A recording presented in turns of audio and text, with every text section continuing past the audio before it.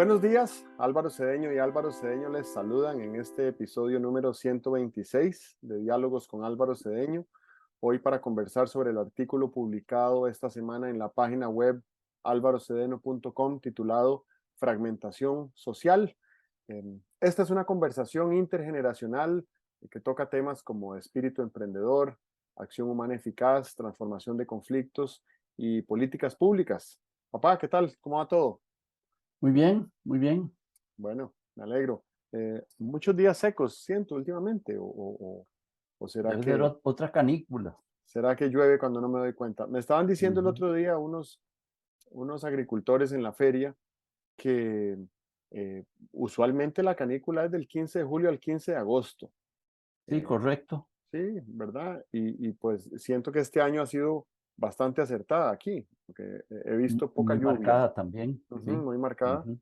Exacto, veo muchos jardines resecos y eso es inusual, Sí. ¿verdad? Ujú. Sí, así es. Sí les pregunté que si creían que iba a llover mucho en los próximos días y semanas y me dijeron, ah, claro, no vio la luna llena de la semana pasada, que estaba completamente llena de bruma. Cuando la luna está llena de bruma es porque va a llover mucho. ¿Ven? Bueno, Ah, mire. Ujú. interesante. Bueno. Ok. Ujú. Entonces, el tema de la fragmentación social, muy interesante la propuesta eh, que planteas en este artículo a partir de una investigación académica que se realizó que determina que la falta de conexiones sociales dificulta el ascenso a niveles superiores de ingreso, o dicho de otra manera, el acceso a conexiones sociales de mayor ingreso ayuda a la gente a escalar, ¿verdad? Eh, y entonces nos preguntamos qué pasaría si se facilitaran más de esas conexiones y Ujú. se promoviera la movilidad social hacia arriba, por supuesto, Claro. ¿verdad? Ujú. Y si habría alguna forma sistemática de facilitarlas. Em, y sobre todo, ¿quién y cómo podría hacer algo al respecto? Y bueno, Sí. tengo algunas ideas por compartir, pero me gustaría que nos hicieras una introducción tú que tuviste contacto directo con ese estudio que citaste. Bueno, el estudio que vi, lo vi en la revista Psychology Today. Era un comentario pequeño de un par de páginas.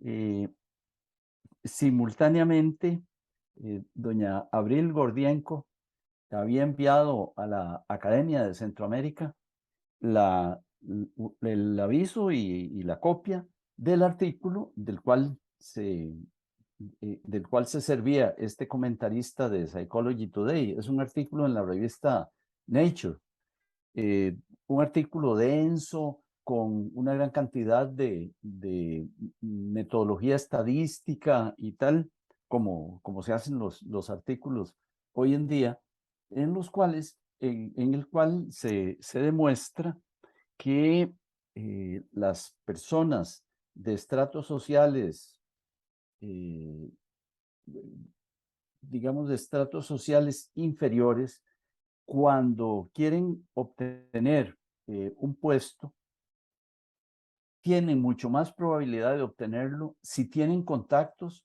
con personas que pertenezcan a otros estratos sociales, ¿verdad? Eh, yo me acuerdo de cuando uno buscaba puesto hace muchos años, en los primeros puestos que uno buscaba, pues trataba de que las recomendaciones que llevaba a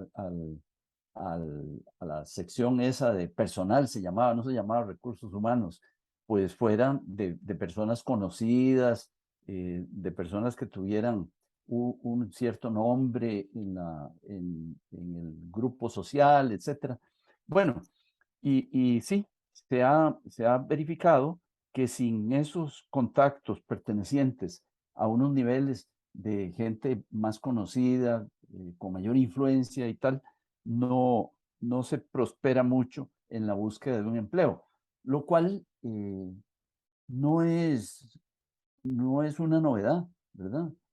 Lo que sí me parece que podría ser una novedad es que nos planteáramos el problema de la posposición social, ¿verdad? El problema de la marginación desde la perspectiva de que, de la dificultad de moverse hacia arriba desde la marginación o desde un nivel socioeconómico bajo, ¿verdad?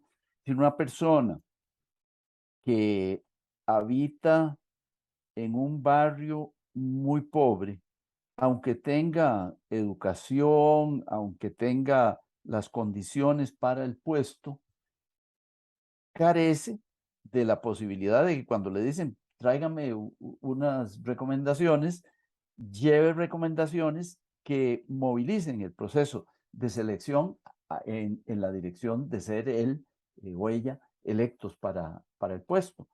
Y entonces ahí lo que sí podría resultar novedoso es lo siguiente. Una sociedad como la sociedad costarricense se preocupa mucho por la marginación, la cantidad de recursos que el país dedica a atender este problema, el problema de la marginación, es muy elevada, ¿verdad?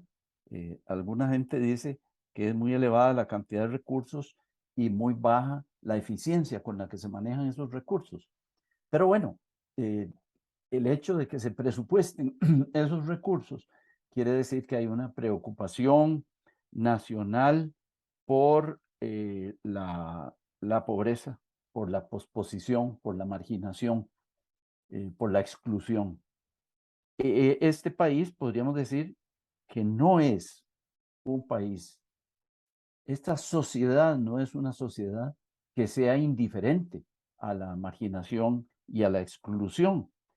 Si no es indiferente a la marginación y a la exclusión, como lo queda demostrado con los presupuestos que se asignan, deberíamos preguntarnos qué más podríamos hacer por aumentar la movilidad social hacia arriba.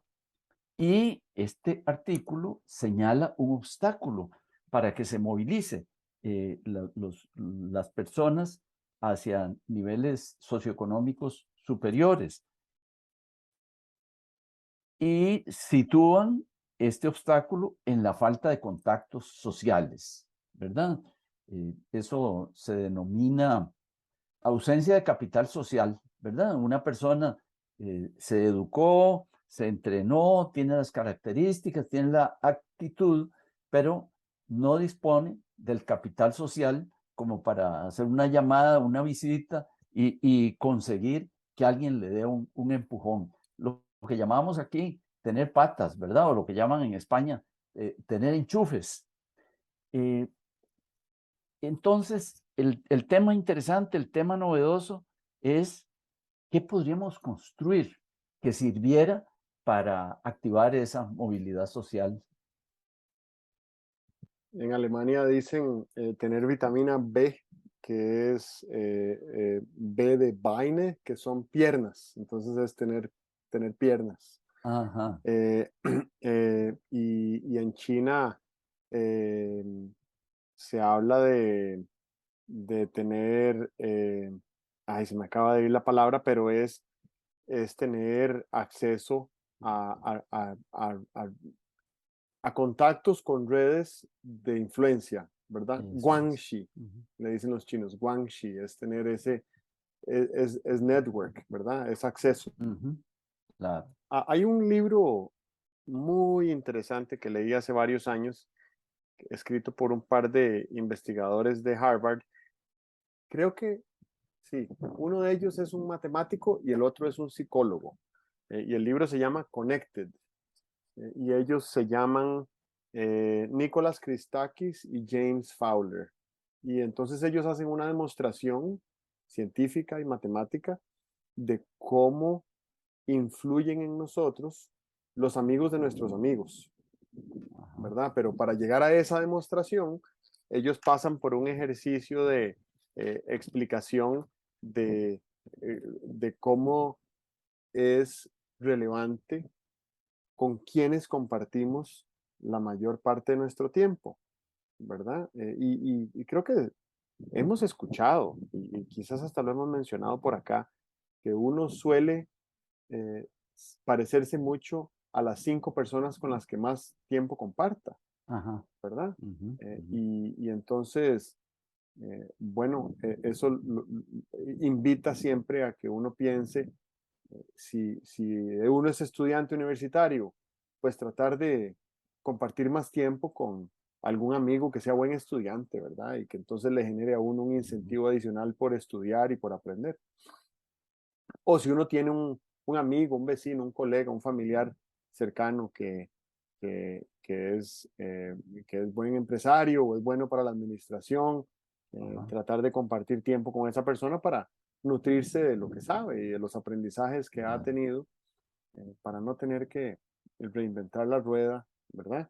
Eh, y entonces esto también me hace pensar en la nueva tendencia que vivimos hoy en día bueno, tal vez no es tan nueva, de eh, gestión de impacto, inversión de impacto, Ujú, que es esfuerzos que realiza gente que suele ser gente que tiene recursos, eh, para ayudarle a otros con menos recursos a salir adelante, aportando, bueno, invirtiendo realmente. No se trata de filantropía, se trata de una inversión que le va a generar algún rédito, aunque tal vez no necesariamente con un interés comercial, pero sí cubriendo el riesgo de la inversión y cubriendo el costo del dinero, pero no generando una plusvalía por el monto invertido, ¿verdad? Los bancos no generan inversión de impacto, los bancos generan inversiones comerciales y lo que esperan a cambio es un retorno a una tasa que les resulte a ellos rentable como negocio. Pero la inversión de impacto es diferente. Entonces, hoy en día hay enormes capitales acumulados, y esa gente que está en control de esos capitales tiene la voluntad, en muchos casos, de poner ese dinero a buen uso para que se puedan realizar eh, gestiones o infraestructura o proyectos que beneficien a grupos de personas, ojalá de una manera sostenible. Sostenible me refiero a que puedan seguirse desarrollando más allá de esa inversión que se haga, ¿verdad? Incluso eh, un híbrido de participación filantrópico rentable, donde un capital semilla filantrópico se done a una actividad, pero que con ese capital se logre generar una empresa social que sea financieramente sostenible en el tiempo, pues también podríamos considerarlo como inversión de impacto. Pero eso tal vez está muy reducido a gente que tiene abundantes recursos disponibles para invertir. Lo que más me interesaría preguntarme y preguntarnos en el marco de este artículo es qué podemos hacer los demás, ¿verdad? Los que no tenemos grandes recursos acumulados para apoyar causas sociales.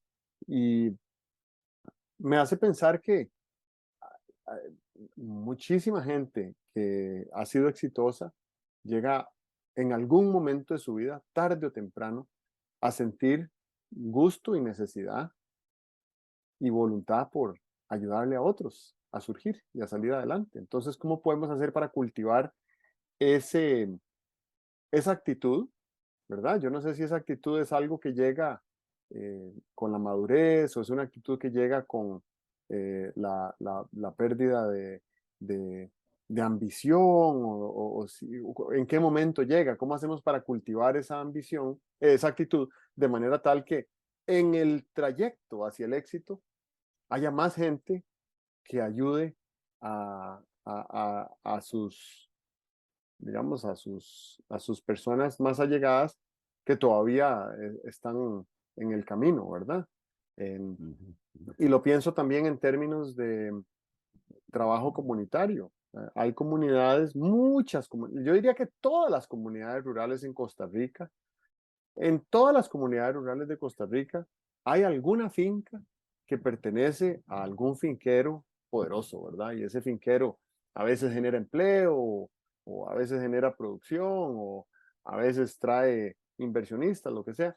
Bueno, esas personas yo creo que son anclas en las redes comunitarias que podrían ayudarle a la comunidad a desarrollarse y a salir adelante de alguna manera, no importa cómo, ¿verdad?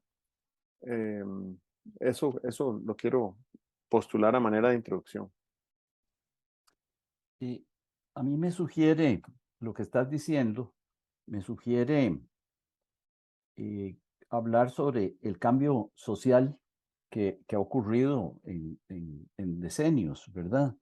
Fíjate que cuando esta comunidad costarricense era principalmente agrícola, eh, la posibilidad de emplearse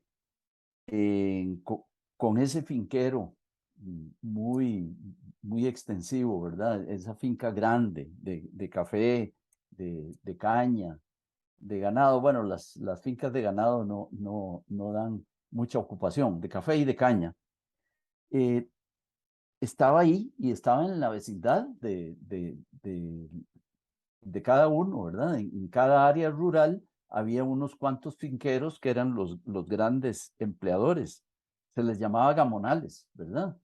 Y entonces, pues era mucho más sencillo que la persona que andaba buscando empleo fuera a la finca y dijera, mire, yo soy de la aldea o del pobladito tal, y entonces el finquero, el gamonal, tuviera formas de obtener información de quién era esta persona y tal, y lo empleaba, ¿verdad?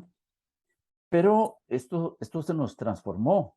Si alguien, si alguien vive en Tres Ríos y tiene que conseguir trabajo en el Coyol de Alajuela, pues entre Tres Ríos y el Coyol de Alajuela, las posibilidades de que con unos pocos pasos de comunicación o de relación se llegara a quien te tiene que entrevistar para un trabajo, se ha disminuido. Creo que el estudio ese que mencionabas una vez me lo habías relatado y creo que es el estudio donde se habla de a, a, a cuántos pasos de distancia estoy de el gerente de esa empresa.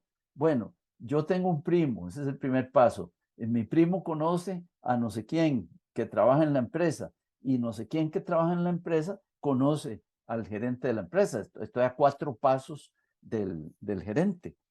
Pero la distancia y sobre todo la fragmentación, que es un término que me interesa, ¿verdad? La fragmentación impiden que en 2 o 3 pasos estés en la cercanía de quien tiene que tomar la decisión sobre si darte un puesto o no, ¿verdad? Pienso en lo que tradicionalmente hemos llamado un padrino. Hoy en día dicen, es que fulano tiene padrinos, ¿verdad? Tiene padrinos, son esas personas cuya recomendación es importante para obtener determinadas cosas. Pero el padrino en nuestro medio, no en, no en el sur de Italia, ¿verdad? El padrino en nuestro medio es una figura eh, de relación familiar y religiosa, ¿verdad? Y creo que temprano en digamos, en la primera mitad del siglo pasado, se buscaba a los padrinos, creo que pensando en algún tipo de ventaja económica para el catecúmeno, para el niño que se iba a bautizar, ¿verdad? Y entonces, pues el padrino era el pulpero, o el padrino era el que tenía una pequeña empresa, o el artesano que tenía un buen vivir, ¿verdad? Ese era el padrino o el pariente que tenía contactos también, ¿verdad? Esto para reiterar que estamos hablando, cuando hablamos de contactos sensibles, de cosas que tradicionalmente se conocían aquí como el padrino, ¿verdad? Eh, Era importante también la recomendación del, del cura de tu pueblo, era muy importante, o del médico de tu pueblo, ¿verdad? Se suponía que eran personas que tenían más contacto. Y, y en parte de lo que dices, me activa a mí la posibilidad de que hubiera una mayor comunicación entre, por ejemplo, eh, empresas comunales, digamos, una, una asociación de desarrollo de la comunidad, como sea que se llame ahora. Esta asociación de desarrollo de la comunidad eh, dentro de la comunidad tiene un conjunto de relaciones, pero fuera de la comunidad, pues no tiene relaciones. Tendrá la relación que tiene con Dinadeco o con el IMAS, no sé. Pero qué interesante sería que las eh, asociaciones de desarrollo de la comunidad tuvieran la deliberación de decir, nosotros deberíamos conseguir contactos, ¿verdad? Y entonces salir a buscar gente que tenga relación con la comunidad o que hubiera tenido relación con la comunidad en el pasado, ¿verdad? Yo me encuentro mucha gente muy muy bien ubicada y que son de pueblos que antes eran pueblos muy lejanos, ¿verdad? Tuvimos un presidente de la Corte Suprema de Justicia que había sido infante en Puriscal, ¿verdad? Puriscal es un pueblo lejano, ahora se llega muy rápido y tal, pero es un pueblo que mentalmente está lejano de San José.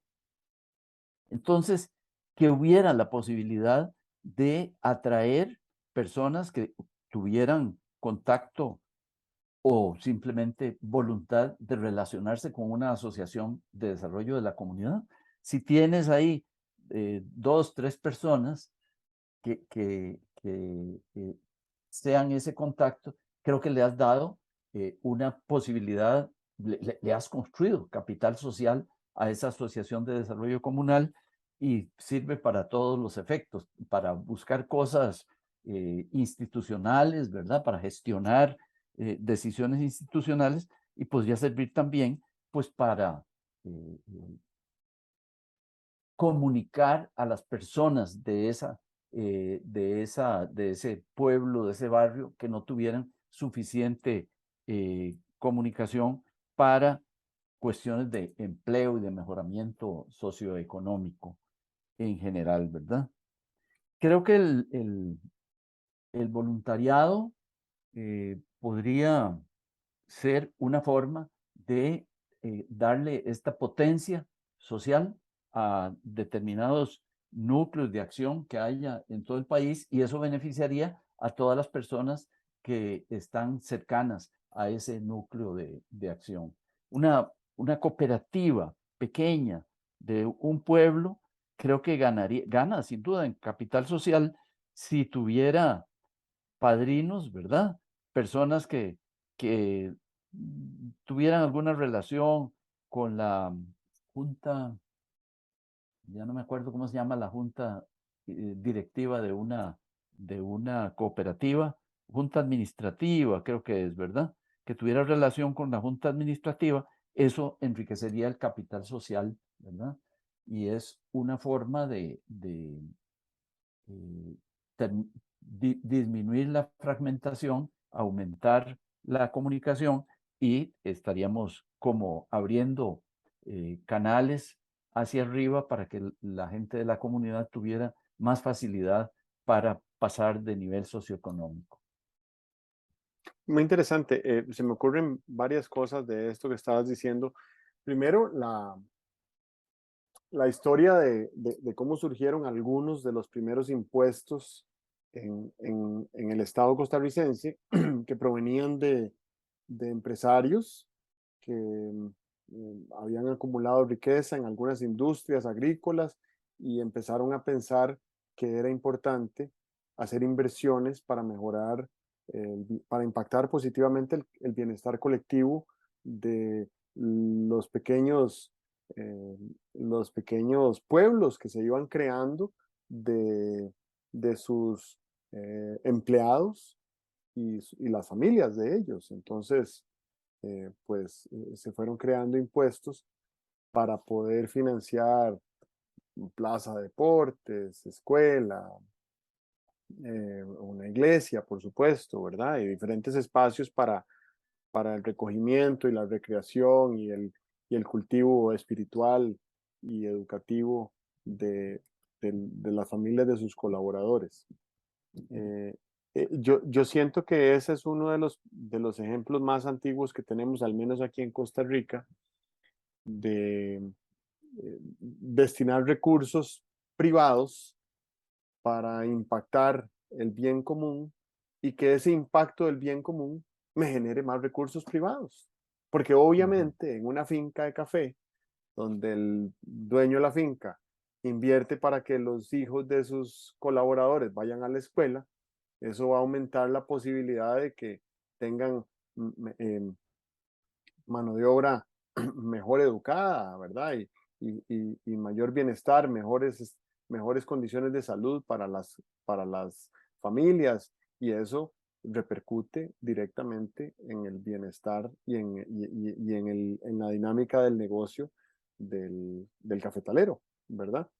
Eh, eh, Uno pensaría a veces que esto es intuitivo, pero no lo es. Entonces, hablar del tema creo que es importante, no solo hablarlo en el sentido de qué podemos estructurar desde el punto de vista de infraestructura pública, y mencionaste las asociaciones de desarrollo integral, que hoy se denominan ADIS, y esas asociaciones son vehículos perfectos para poder integrarse con diferentes Ujú.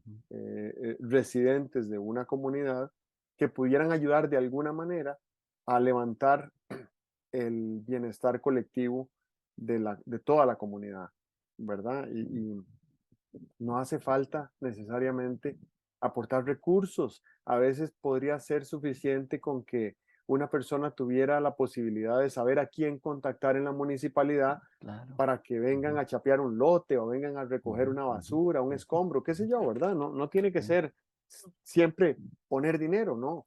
A sí, veces ujú, una llamada de 5 minutos puede claro. resolver atender una necesidad Ujú, comunitaria. Lo otro es que, bueno, siempre hemos sabido que la educación es el gran nivelador, ¿verdad? ujú. El gran nivelador de oportunidades. Y también hemos sabido que en los últimos 20 años nuestra educación ha venido en franco declive como ese mecanismo de nivelación a través de la generación de oportunidades, ¿verdad? Yo creo que la educación, no le podríamos pedir a la educación que nos reduzca la inequidad, pero sí le podemos pedir a la educación que prepare mejor a la gente para que esté mejor posicionada para aprovechar oportunidades que se le van a presentar en el camino. Y creo que ese ha sido mi gran tema respecto a la educación durante todo el tiempo que tenemos grabando estos diálogos, respecto a cuál es el tipo de preparación que necesita un niño o un joven de hoy para prepararse para la industria del futuro o para las industrias del futuro, ¿verdad? Eh, No sabemos cuáles son, pero más o menos podemos tener una indicación de cuáles son las tendencias y entonces tratar de hacer un empate entre lo que necesitamos y entre lo que va a ser necesario y lo que no, ¿verdad? Honestamente, a mí me parece que seguirá siendo necesario hablar inglés. Y si va a seguir siendo necesario hablar inglés, ¿por qué no estamos priorizando el aprendizaje de la lengua inglesa? En un país que ya recibe más de la mitad de su población al año de turistas que hablan inglés, Ujú. ¿por qué no dar un empujón desde el sistema de educación a que estén mejor preparados para cualquier oportunidad que se les presente? Eso para poner un ejemplo. Y lo otro es, ¿qué otras destrezas podrían desarrollarse en las comunidades para tener mejor capacidad de gestión de, de movilizar esos contactos con personas de la comunidad o de otras zonas para poder impactar el bienestar colectivo, ¿verdad? Em,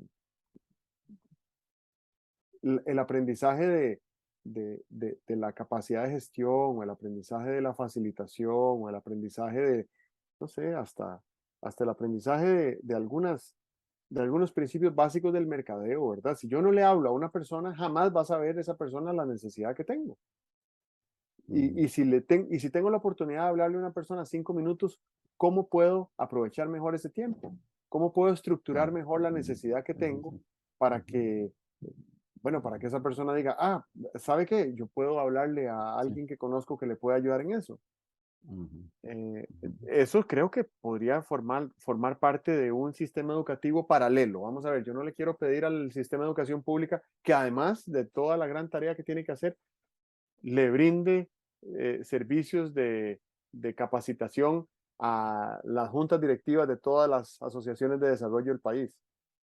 Pero sí podríamos crear unos protocolos de sí. aprendizaje privados, voluntarios, Ujú, a través de organizaciones no gubernamentales, o que fueran tan baratos que cualquier asociación pudiera pagar por el servicio de aprendizaje de algunas destrezas esenciales que las harían mejores gestoras de, los, de la satisfacción de necesidades que tiene la comunidad misma. Y hablabas del voluntariado.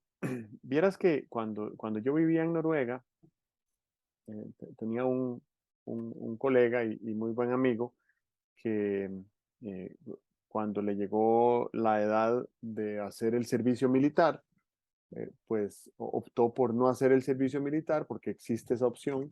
Y si uno no hace el servicio militar, tiene que hacer lo que llaman un servicio civil. Entonces tiene que trabajar como voluntario durante un año a la orden de las instituciones públicas, de alguna institución, algún encargo le toca.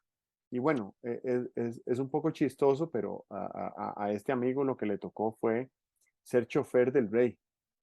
Y en Noruega, que es una sociedad tan horizontal, estas cosas son posibles, ¿verdad? Que un muchacho que viene saliendo del colegio sea el chofer del rey de un país.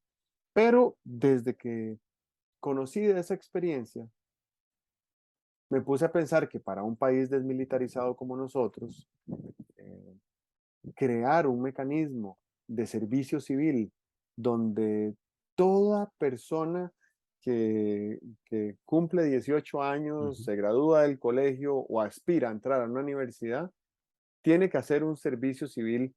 ujú, No, no voy a decir que de un año, porque yo sé que ya ahí habrá un montón de reclamos de que es un montón de tiempo que se pierde y un costo muy alto y todo.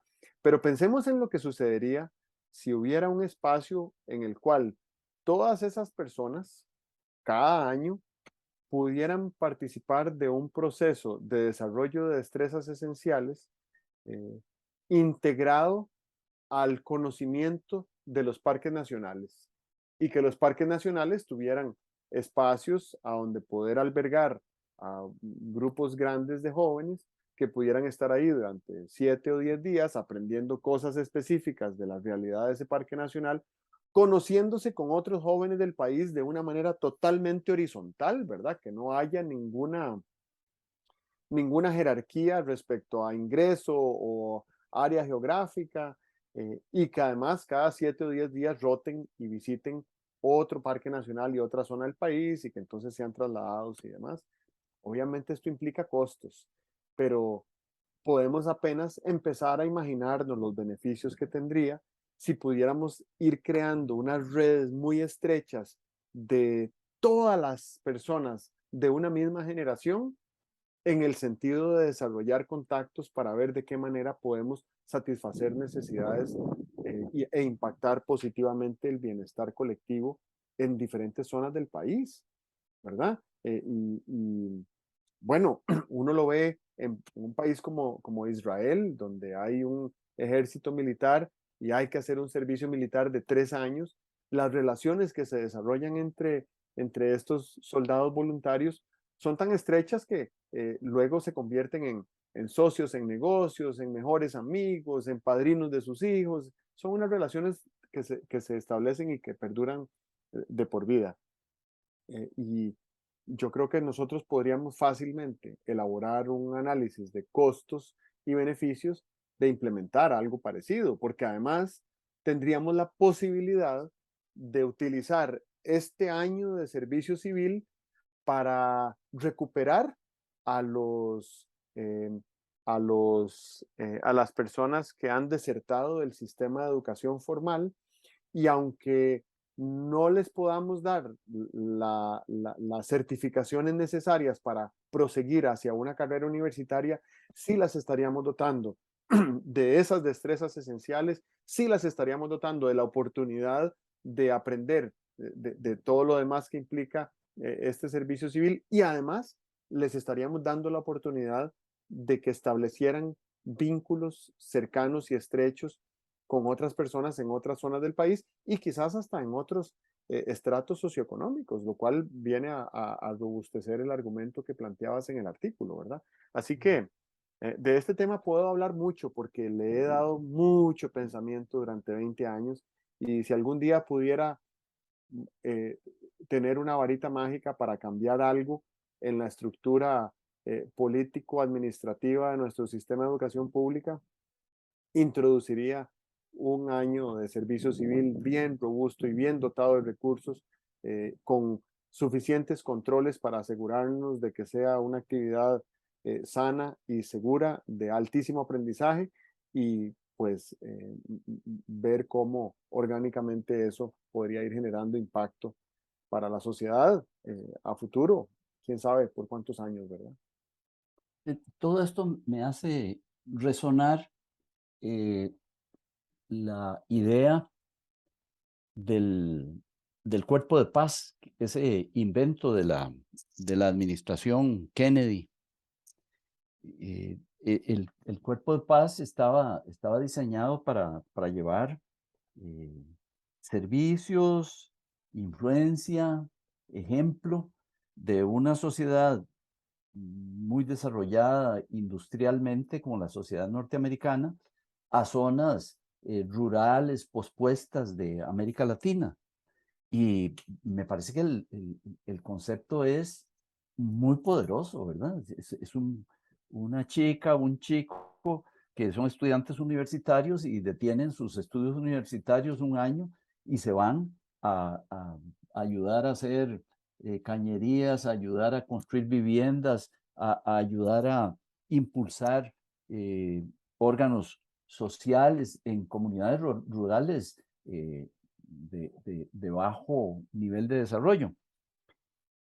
No veo por qué no podría haber un cuerpo de paz, así como dices, ese servicio social, servicio, sería, por contraste con el servicio militar, lo llamas servicio civil. Me parece que sería muy importante ese servicio de paz que habría que dar. Desde luego, estarías poniendo en contacto núcleos familiares, culturas familiares, eh, perspectivas individuales de un cierto nivel a otro nivel donde podría provocar algo así como un movimiento de vasos comunicantes, ¿verdad? Donde las ideas del muchacho urbano que es estudiante de ingeniería en una comunidad retirada de Guanacaste o de la zona atlántica, ¿verdad? Pudieran tener una influencia que dejara una ganancia social, ¿verdad? Y me preguntaba eh, en la posibilidad que habría en este país donde ha habido tal migración de las zonas rurales hacia las zonas urbanas, que hubiera una devolución de las zonas urbanas a, a las zonas rurales, ¿verdad? Los chicos que se vinieron a hacer el colegio y que finalmente terminaron siendo abogados, ingenieros, maestros y tal, y médicos, que de alguna manera volvieran a su comunidad a, a- a devolver influencia, a devolver frutos, a devolver dinámica social. Y pienso que hoy en día, con los medios virtuales, casi que ni sería necesario el trasladarse físicamente. Nada más imaginemos un sistema bien organizado en el cual una muchacha que se vino de Bagaces y que se hizo profesora de educación media, ¿verdad? Desde aquí va haciendo contactos con personas importantes o agrupaciones importantes de su pueblo natal y trasladando, eh, trasladando estímulos, trasladando información, trasladando actitudes. Yo me imagino, vamos a ver, a las personas que venían en el cuerpo de paz de Kennedy, les daban un cierto entrenamiento. Aquí en Costa Rica podríamos tomar a esas personas procedentes de las áreas rurales y darles un cierto entrenamiento para que pudieran ser agentes de cambio. Esta es una palabra que me gusta mucho en este caso, ¿verdad? Es posible que un muchacho que tiene 3 años de universidad, le damos un crash course, un curso ahí condensado de, de cuáles son las formas de tener influencia, de ser agente de cambio, eh, y le estamos dando una palanca para que logre ser de mucha influencia en su comunidad, aún a distancia, con un video, con un seguimiento que le vaya dando a cosas que estén haciendo en su respectiva comunidad, ¿verdad? Me parece que están por ahí los recursos, ¿verdad? Me parece que existiría la voluntad. Yo no digo que el 100% de las personas van a decir, hombre, sí, yo estoy de acuerdo en hacer esa conexión, pero un alto porcentaje de la gente estaría dispuesta a hacer la conexión, estaría dispuesta a capacitarse.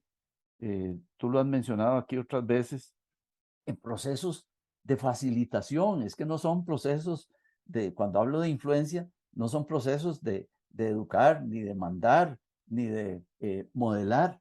Son procesos de facilitación que representarían una gran ganancia para las personas que están todavía en aquella comunidad y para las instituciones que se van creando en la comunidad, ganarían mucho con el contacto con personas que tuvieran esas destrezas de facilitación para mejorar su desarrollo.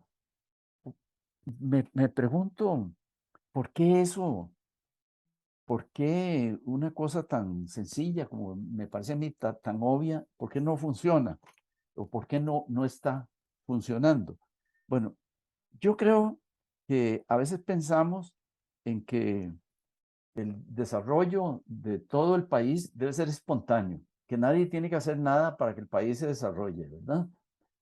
Ya vemos el Ministerio de Educación, que es una gran palanca de desarrollo, ¿verdad? Y en general las instituciones educativas, las universidades, por ejemplo, son una gran palanca de desarrollo, pero funcionan casi que espontáneamente. La gente va, se matricula, hace una carrera y tal, y eso produce desarrollo. Pero debe haber unas actividades deliberadas para promover desarrollo.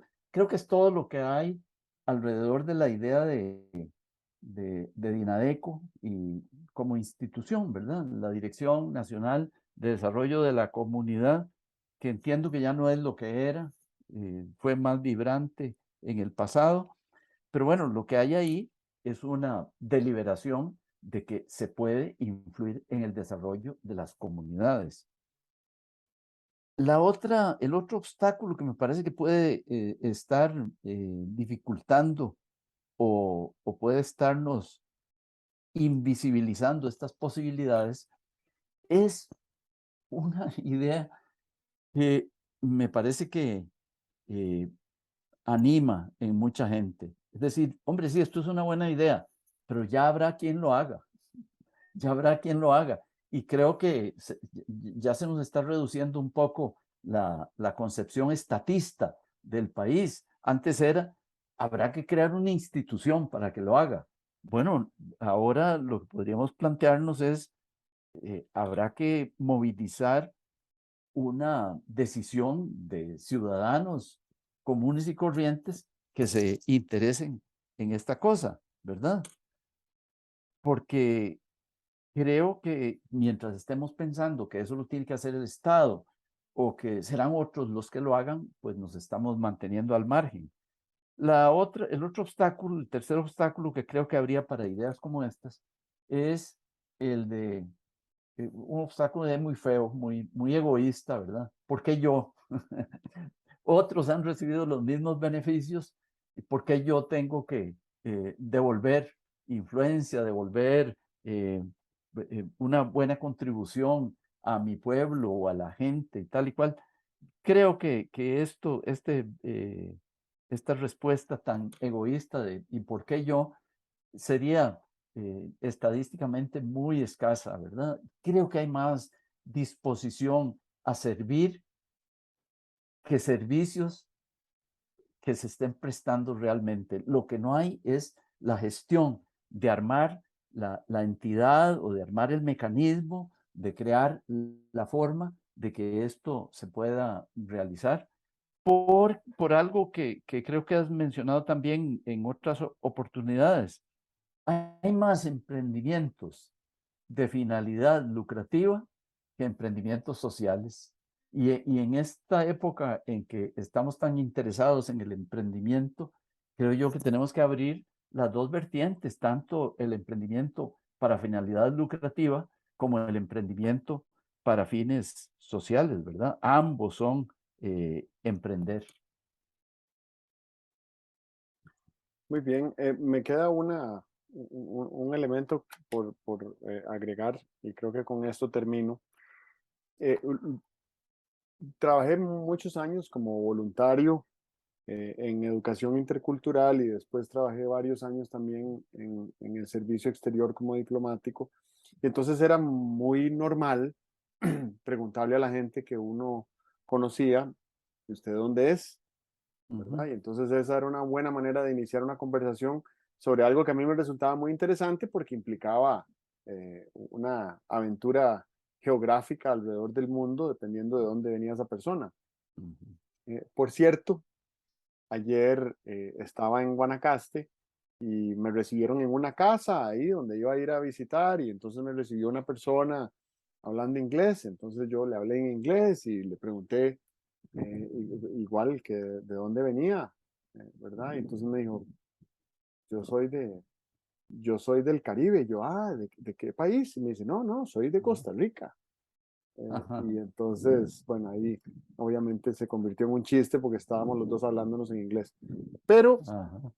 justamente aquí en Costa Rica tiene poco sentido, bueno, no tiene poco sentido, cada vez tiene más sentido preguntarle a la gente de dónde viene, sobre todo si tiene un acento Ujú, extranjero, pero tiene poco sentido cuando uno se conoce a alguien que evidentemente es costarricense, decirle usted dónde es, ¿qué va a decir?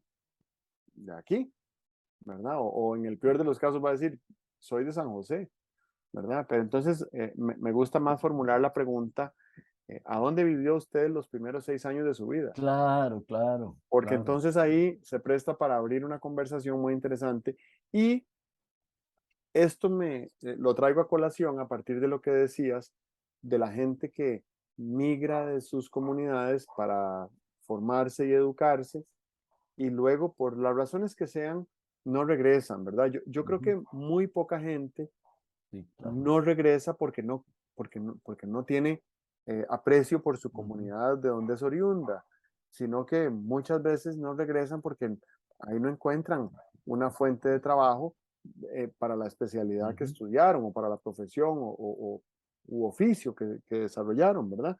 Em, pero saber a dónde vivió una persona los 6 primeros años de su vida es muy interesante porque le permite a uno seguir un mapa de, de trayectoria que ha tenido alguien y eso podría generar conexiones interesantes para tratar de ver a dónde conectamos y a dónde podemos ujú, ayudarnos ujú, mutuamente, ¿verdad? Cuando uno tiene ese switch conectado de que estoy aquí para servir y que estoy aquí para ayudar y ando viendo a quién puedo ayudar, es más probable que encontremos ayuda para las cosas que nosotros queremos que si vamos por el mundo buscando a ver quién nos ayuda, ¿verdad? Entonces, Ajá, claro. Deepak Chopra tiene uno de sus primeros libros que se llamaban las 7 leyes del éxito, no sé qué, ¿verdad? ¿Cómo se llamaba ese libro de Chopra? No me acuerdo. Las siete Ujú. leyes espirituales del éxito. Ajá. Y una de ellas era una versión del concepto de la abundancia que decía más o menos, entre más le demos al universo, más va a tener el universo para darnos a nosotros de vuelta, solo que no necesariamente lo que nos va a dar el universo es lo que nosotros le damos, no es un